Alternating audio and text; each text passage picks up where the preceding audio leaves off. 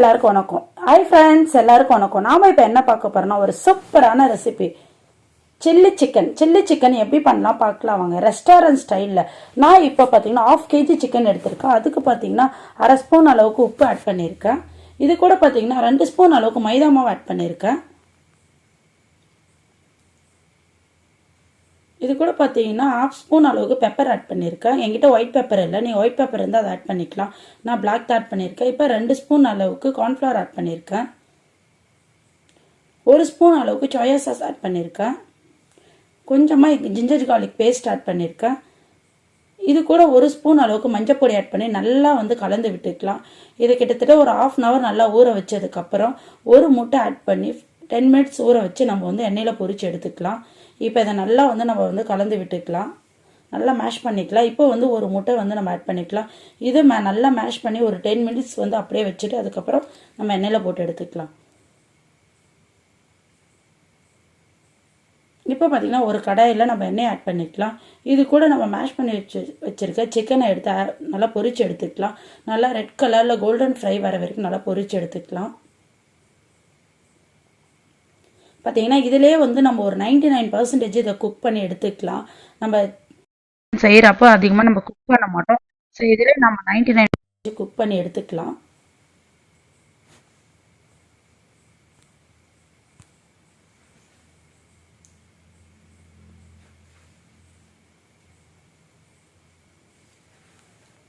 பார்த்தீங்கன்னா இப்போ நமக்கு நல்லா இது நல்லா வெந்துட்டுருக்கு. நல்லா வெந்து வந்ததுக்கப்புறம் நம்ம எடுத்துக்கலாம்.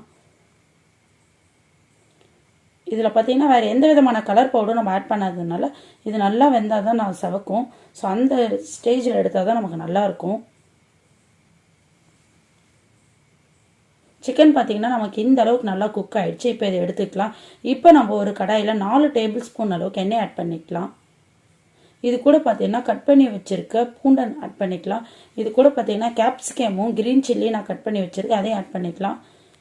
இதுனா கேப்சிகத்தை நான் கொஞ்சம் பெருசாக கட் பண்ணி வச்சுருக்கேன். சில்லி சிக்கன் செய்கிறப்ப இந்த மாதிரி கட் பண்ணால் தான் ரொம்ப நல்லாயிருக்கும். ஸோ ஆனியனையும் இதே ஷேப்பில் நம்ம கட் பண்ணி எடுத்துக்கலாம். இப்போ கட் பண்ணி வச்ச ஆனியனை நம்ம சேர்த்துக்கலாம். இதை நல்லா நம்ம நல்லா வதக்கி விட்டுக்கலாம். ரொம்ப வதக்கக்கூடாது. இப்போ பார்த்தீங்கன்னா டொமேட்டோ சாஸ் 2 ஸ்பூன் ஆட் பண்ணிக்கலாம். இது கூட பார்த்தீங்கன்னா சில்லி சாஸ் 2 ஸ்பூன் ஆட் பண்ணிக்கலாம்.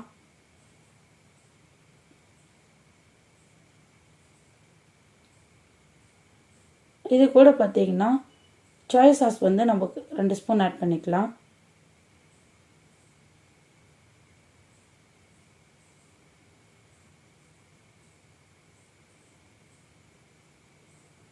இப்போ கொஞ்சம் இதை நல்லா இது கூட பார்த்தீங்கன்னா நம்ம உப்பு ஆட் பண்ணிக்கலாம். நான் ஆல்ரெடி சிக்கனுக்கு உப்பு போட்டுவிட்டேன். இப்போ இந்த கிரேவிக்கு இந்த சில்லி சிக்கனுக்கு தேவையான கொஞ்சம் உப்பு போட்டிருக்கேன். இப்போ ஃப்ரை பண்ணி வச்சுருக்க சிக்கன் எடுத்து ஆட் பண்ணிக்கலாம். இது கூட பார்த்தீங்கன்னா 2 ஸ்பூன் அளவுக்கு நான் கார்ன்ஃப்ளவர் பவுடர் நல்லா மிக்ஸ் பண்ணி வச்சுருக்கேன். அதையும் நம்ம ஆட் பண்ணிக்கலாம்.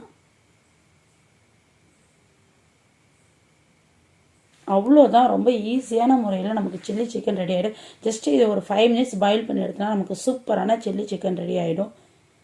நீங்களே வீட்டில் ட்ரை பண்ணி பாருங்க ஃப்ரெண்ட்ஸ். எப்படி இருக்குன்னு கண்டிப்பாக கமெண்ட்டில் சொல்லுங்கள். உங்களுக்கு வேறு ஏதாவது ரெசிபி வேணாலும் எனக்கு அப்டேட் பண்ணுங்கள். கண்டிப்பாக நான் ரெசிபி போடுறேன். இப்போ பார்த்தீங்கன்னா நமக்கு நல்லா இது குக் ஆகிடுச்சு. சில்லி சிக்கன் குக் ஆகிடுச்சு. இப்போ கொஞ்சமாக கொத்தமல்லி தூவி விட்டு இறக்கிக்கலாம். என்கிட்ட ஸ்ப்ரிங் ஆனியன் இல்லை. சப்போஸ் உங்ககிட்ட அந்த ஸ்ப்ரிங் ஆனியன் இருந்துச்சுன்னா நீங்கள் தூவி இறக்கிக்கலாம். சூப்பரான சிக்கன் ரெடி ஆகிடுச்சு. நீங்களும் ட்ரை பண்ணுங்கள் ஃப்ரெண்ட்ஸ். கமெண்ட்டில் சொல்லுங்கள் எப்படி இருக்குன்னு சொல்லிட்டு. நம்ம இன்னொரு வீடியோவில் பார்க்கலாம் ஃப்ரெண்ட்ஸ். நீங்கள் என்னுடைய வீடியோவை சப்ஸ்கிரைப் பண்ணுங்கள்.